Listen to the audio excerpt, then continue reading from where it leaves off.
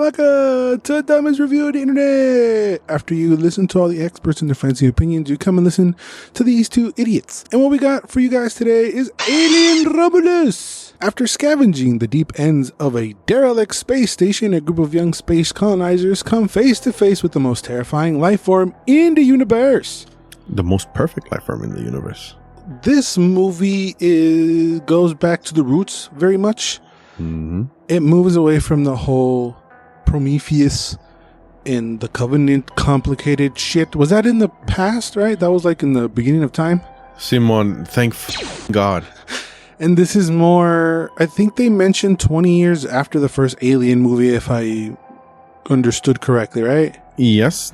So it's very much a group of youngins stuck on a ship being chased by xenomorphs. And that's really what the series should always been about, really. Did the movie feel 90s to you?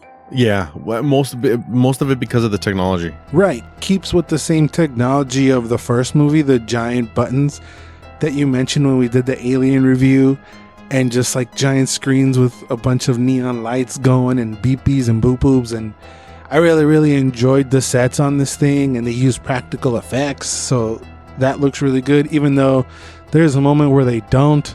And I didn't really particularly like how that thing looked.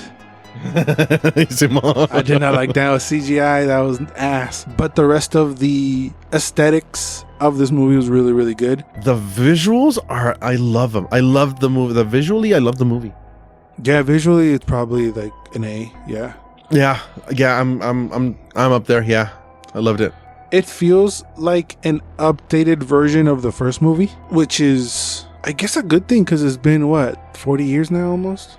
No, but no mames, it was more than 40 years, yeah. Yeah. So they didn't necessarily reboot it. They just made it today. And I feel like this movie really captured the essence, if you will, of Alien, the vibe. Mm-hmm.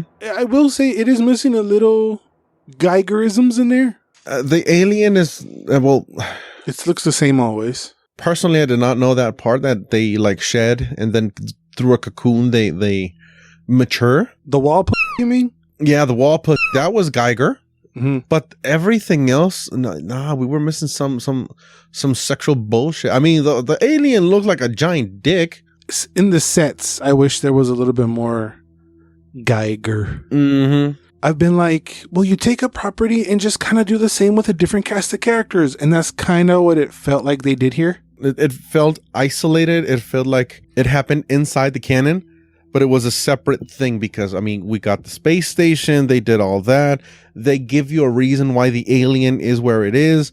And it's not just, I mean, a lot of stuff happens that makes sense. Mm-hmm. But I'm not going to say, oh, they knocked it out the park.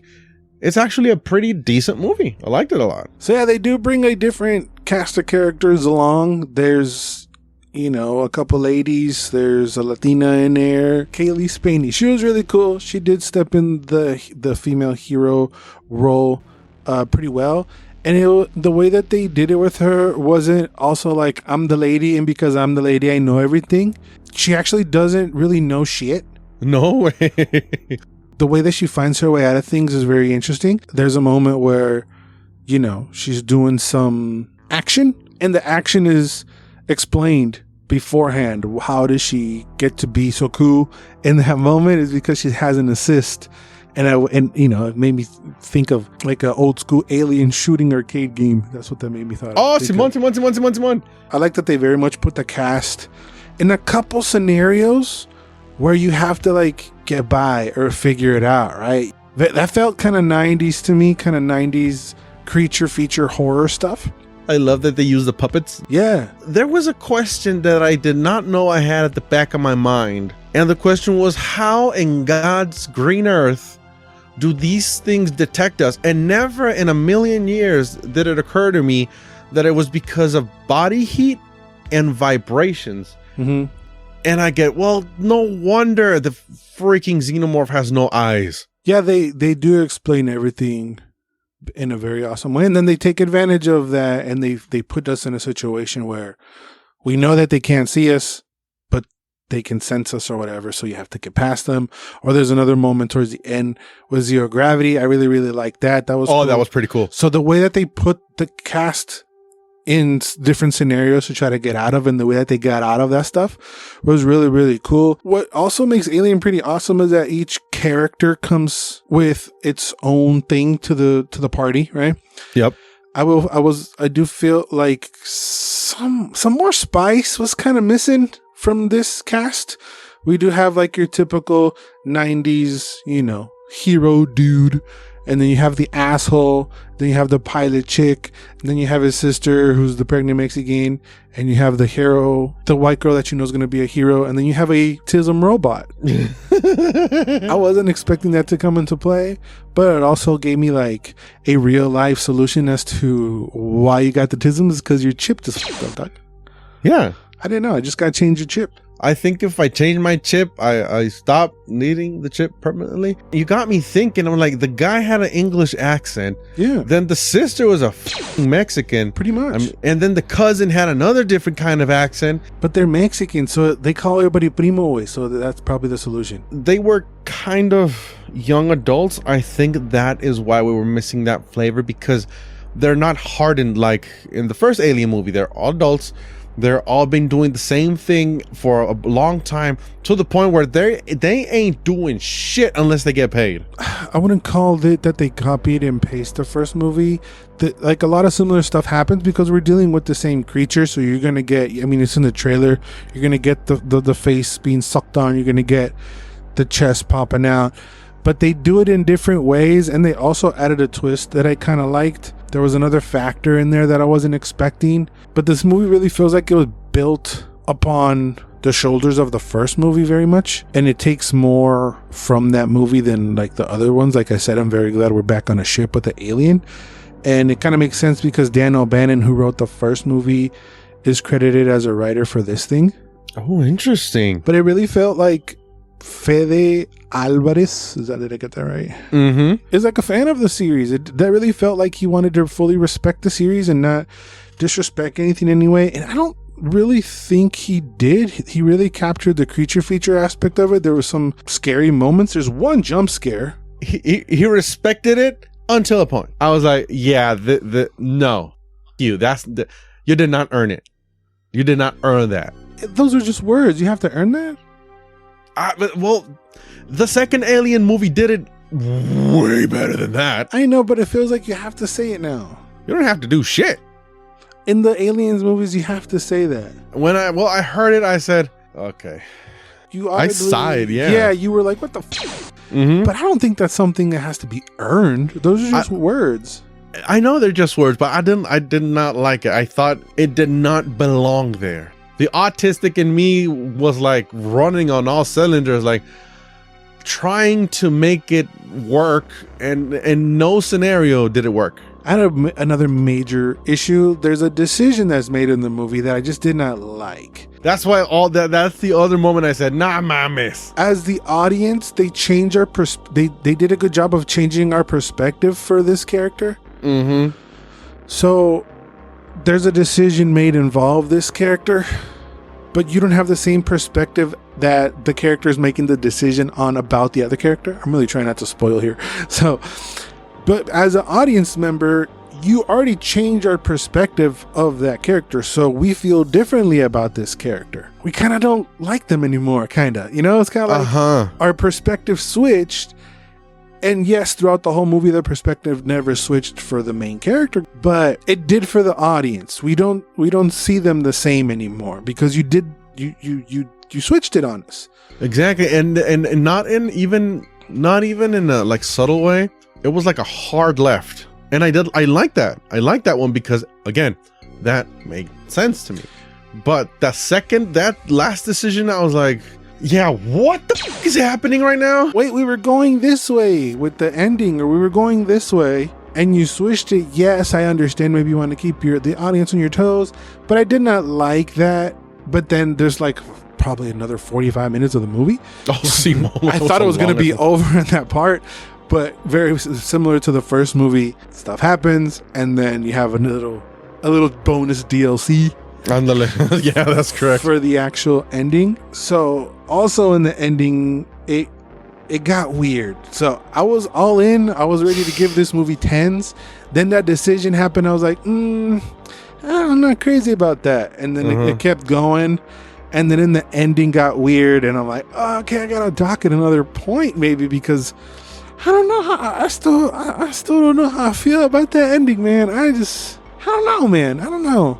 I wasn't expecting that, but that is always a nerd question I've always had. Like, what if that happened, you know? Mm-hmm. But I don't know if I like the result. Dude. You couldn't stop laughing. It's so painful to go to the theater sometimes. Good thing we were all the way at the front, because you're like, it's silent. It's a horror film, and something happens and Felix just starts dying laughing. It's like, dude, shut the fuck up, man. You're not supposed to be laughing right now, man.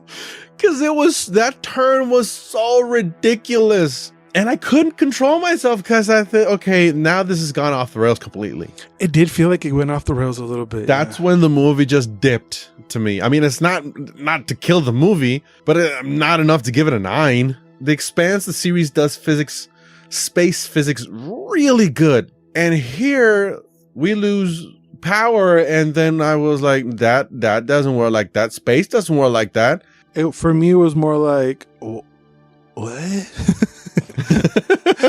Right? It does lend itself for some action moments, and there was the one jump scare happens there, and it did get me a little bit, because it's not that kind of movie where it's just jump scare after jump scare. It's really more like, you know? Yeah, it keeps you on your toes in that sense. They had a chance also to have the protagonist learn a lesson. Mm-hmm. And not only with that decision, but also at the end, they didn't take it. So she don't really learn anything? No! Just like women, stubborn women. Cut that out. I felt like they could have learned a lesson at the end, and they really didn't. Have some finality, stakes. But nah. Either that or kind of low-key spoiler, because I never knew if this was going to happen or not. Or just let them all die. That's a cool different thing too. Not every story in space in the alien world has to end in someone surviving. There's a lot that we walk into where nobody survives. So I thought that we're going to go to that route too, where, you know what, just everybody gonna die and who cares, right? Because at the end of the day, like, who cares? Their story affects the overall like lore of Alien just like a little bit. It also depends on where they're gonna go after this. I don't think it actually matters. This was kind of a different thing, but still the same thing. And in the OG one, it was more impactful because the design. So at the end of the day, to me, it was a fun time. It doesn't stick the landing, and there's one particular decision that I wasn't really too keen on. But at the end of the day, it's not a bad movie, and it seems like there's some buzz from the people to go see it. Our particular theater was full, which I was not expecting that. It was so full that we sat all the way up at the front. I wasn't expecting that. I mean, there was more people to go see this than Deadpool, so I'm curious to see how it does at the box office. On our neck of the woods. Would you want a sequel? And if you do, what would you want it to be? Just another adventure? To me, the movie ended as is. No, it ended in the decision we didn't like. Oh. Awesome. So and there's still 40 minutes left. Yeah, it's still 40 minutes left. If the other decision was made, you're saying ended like that? Yeah, exactly. Yeah. Well, I mean, to be fair, like we probably most of us thought we were going that way, so they switched it up on us maybe. But yeah, I'm not gonna like hinder the movie to that decision. But yeah, it's not a bad movie. It's a good one. It's better than any of the last other ones. I think if I were to rank all the Alien movies, even though I haven't seen them all, I've seen the important ones, I would put this behind the second one. I would go 1, 2, and then this one. Yep, me too. Actually, me too. Yeah, that sounds like a good spot if we were to rank all the Alien movies. But yeah, those were our thoughts on Alien Romulus. Of course, if you've seen it or you plan to, or any and all thoughts Alien worthy, let us know down in the comments. And while you're down there, if you could like the video, that'd be really, really cool. We need engagement for these videos. If you're not done listening to us talking about Alien, we reviewed the very first Alien. And I'll leave it for you right over here. Thank you guys for watching. Remember to always and forever, you do. Bye.